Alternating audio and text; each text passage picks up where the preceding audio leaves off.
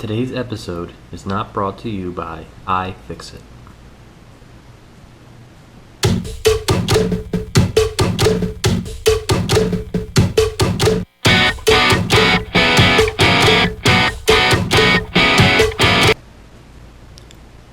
Hey everybody, welcome to the first iteration of Wildcard Wednesdays.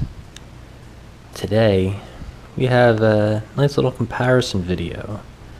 I just got my new Sena 10S in the mail about half an hour ago, and I figured I would compare it to the Bluetooth unit I have been using, the Scala Rider QZ.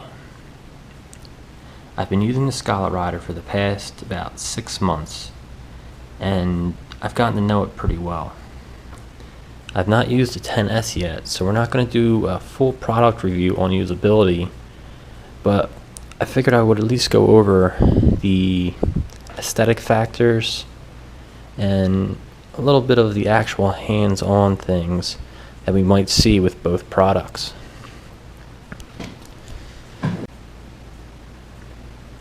Here we can see that both products have pretty much the same exact layout and items in their package. You have the main unit, the speakers, the microphone, and the attachment unit. All these pieces are what makes up the actual environment inside of your helmet. It all has specific functions. Now we're going to go over each product individually to see their packaging, how all the items look, as well as the differences that you might notice. The Scala Rider QZ does all the basic functions of any Bluetooth device. It can make and receive calls, GPS audio instructions, it can play your music, it can skip the tracks in the music. It has the hot dial number that is customizable. You can put in a number of your choice and say some code word and it will call that person. The package says it has up to 10 hours of talk time with 1 week of standby. It's also waterproof and dustproof. Inside the box, you have a felt-lined holder for the actual Bluetooth unit. Inside is where you find the speakers, the microphone, and the mounting dock. You'll find a separate mounting device, various booklets for instructions and installation,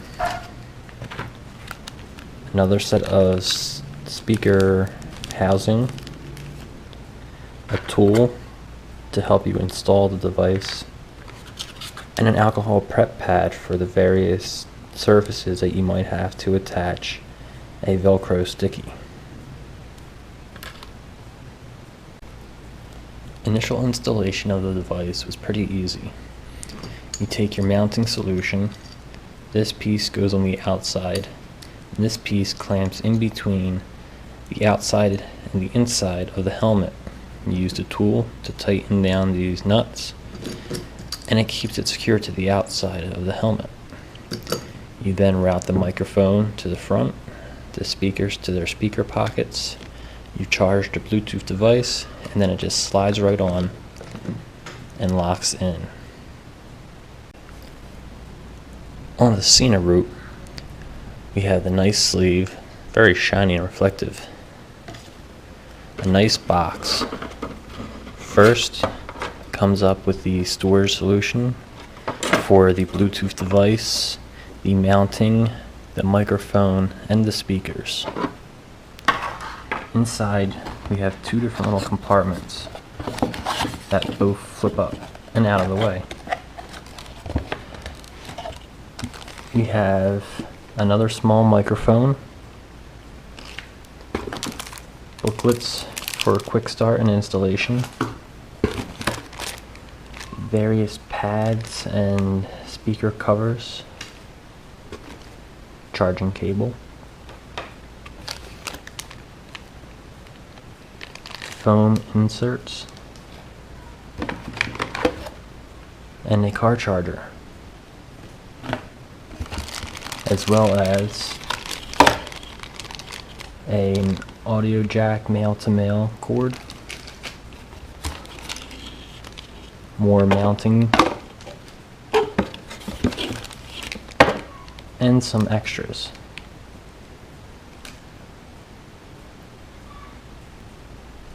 Right away we can see that the ergonomics and design for both devices are very similar. They use a similar trapezoidal shape. The Scala Rider uses buttons on the front and back to do various commands, while the Sena has its dial, a click button, as well as a button on the back.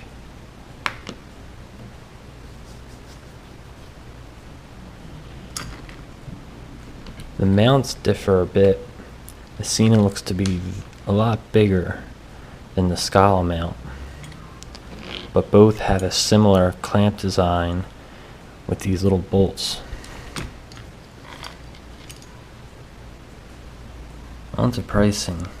The Scala Rider QZ, when I bought it, was $140, as you can see on the box. I think I might have got a slight discount on it at the time for some sale, taking it closer to $120, $115.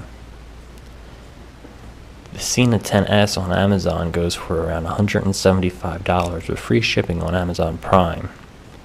Most stores will have it for the low 200s, some up to $230 or $250. Both mounts feature an auxiliary port for the speakers or for using your own headphones.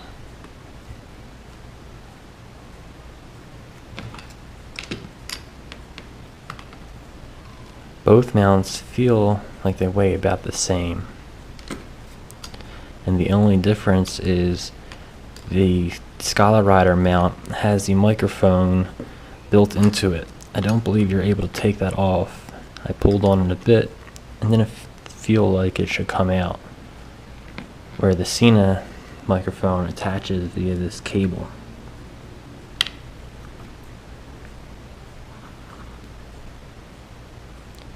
Another difference is the way that the speakers attach. The Scala Rider speakers attach to the mount via the 3.5mm jack, where the Sena speakers attach via cables. The Sena mount has various ports on it that attach into it for the different types of cables. So there you have it, a basic overview of the Scala Rider QZ by Cardo and the 10S by Sena. I was using the QZ for about 6 months and have a good amount of pros and cons for it. The Sena I'll be using for a little while before I give a good comparison between the functions and features of both, but it'll get its good use in a couple weeks when I take a trip up to Maine. So there you have it, a brief comparison between the Scala Rider QZ by Cardo and the 10S by Sena. I'll be getting the Sena in my helmet, riding around for a few months so that I can do a nice in-depth review and comparison of the Sena versus the Scala Rider. The Scala Rider's been in the helmet for about 6 months now, and I think a couple months with the Sena should be able to give me a good idea of where it sits comparatively. The prices aren't too different, but we'll see how it goes.